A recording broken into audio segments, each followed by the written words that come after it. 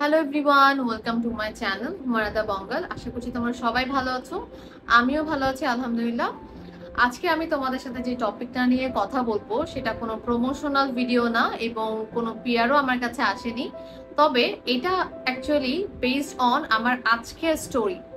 আজকে Facebook scroll করতে করতে একটা পোস্ট আসলো যে খুব হাইপ, হ্যাঁ, স্কিন কেয়ার প্রোডাক্টটা খুব হাইপ, যে এই জায়গার প্রোডাক্টটা ইউজ করলে স্কিনের এই সমস্যা দূর হবে, বা এই প্রোডাক্টটা ইউজ করলে স্কিন কেয়ার অনেক সুন্দর করে করা যাবে, করা হবে, এরকম আর কি।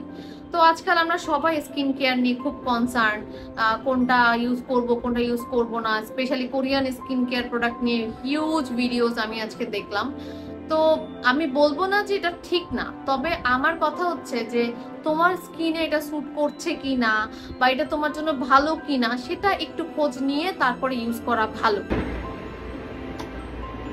আমার পরিচিত একটা জুনিয়র আপু, একটা বাচ্চা মেয়ে আমাকে বলতেছে যে আজকে আমি আপু কোন স্কিন কেয়ার প্রোডাক্টটা কিনবো, আমাকে একটু বলো, আমি কিছু টাকা সেভ করেছি, তো আমাকে একটু গাইড করো, তো আমি কি কিনবো বা কোনটা কিনলে আমার জন্য ভালো হয়।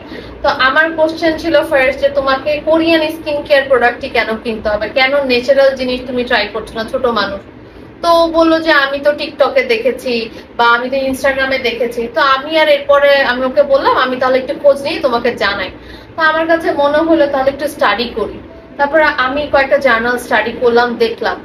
আমার কথা হচ্ছে ন্যাচারালি যে জিনিসগুলো আমাদের মধ্যেই আছে তা যদি আমরা ট্রিগার করতে পারি ফুডের মাধ্যমে, তো ওয়াই আমরা একটা দামি প্রোডাক্টে ইনভেস্ট করতে যাব?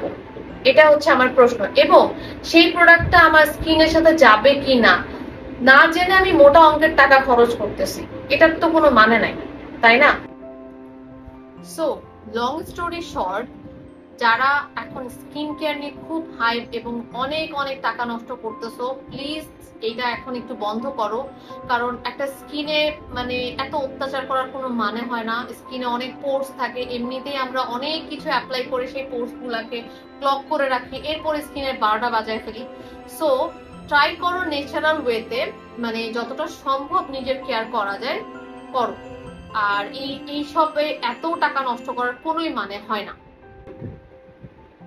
তোমরা যদি আমার মতামত চাও তাহলে আমি তোমাদেরকে বলবো সকালে একটা ভালো মানের ফ্রেশ ওয়াশ দিয়ে মুখটা ক্লিন করে একটা ভালো ময়শ্চারাইজার এবং একটা সানস্ক্রিন তো অবশ্যই। অ্যান্ড দেন রাতের বেলা যখন তোমরা ঘুমাতে যাবে সারা দিন শেষে, দেন সেখানে অবশ্যই একটা ক্লিনজার অথবা তুমি ডাবল ক্লিনজারও ইউজ করতে পারো। এরপরে একটা ভালো ময়শ্চারাইজার অথবা তুমি একটা নাইট ক্রিম ইউজ করতে পারো। তবে একটা কথা বলে রাখি, এই যে অনেক নাইট ক্রিম বের হয়েছে যে যেগুলো হচ্ছে ফর্সা, রং ফর্সা, ত্বক ফর্সা করার জন্য একেবারে কত কিছু দিয়ে রাখে, যেমন পাকিস্তানি অনেক নাইট ক্রিম, তারপরে আরো অনেক পেজেস আছে যারা বলে হচ্ছে ফর্সা করে দিবে 1 রাতে বা 7 দিনে। এই সব ক্রিম থেকে প্লিজ দূরে থাকো, কারণ এগুলোতে হাইলি মার্কারি থাকে, যেটা আমাদের স্কিন বলো শরীরের জন্য খুবই খুবই ক্ষতিকর। স্কিন ক্যান্সার বলো, এগুলোকে অনেক বেশি হচ্ছে স্টিমুলেট করে, ঠিক আছে? সো এই সিম্পল কিছু জিনিস মেনটেন করো এবং খাবারের দিকে হচ্ছে ফোকাস করতে হবে। হ্যাঁ, খাবারটা যদি তুমি প্রপার ওয়েতে খাও, ভাজা পোড়া বা বাইরের খাবার বা সুগারটা, স্পেশালি সুগারটা হচ্ছে আমাদের স্কিনের অ্যাকনিটাকে ট্রিগার করে একটা বয়সের পরে। সো ওই সুগারটা যদি কাট ডাউন করতে পারো বা মিনিমাইজ করে নিয়ে আসতে পারো তাহলে স্কিনটা অনেক বেশি ক্লিয়ার থাকবে। সো আজকে এইটুকুই, দেখা হবে পরবর্তী ভিডিওতে। Thank you so much.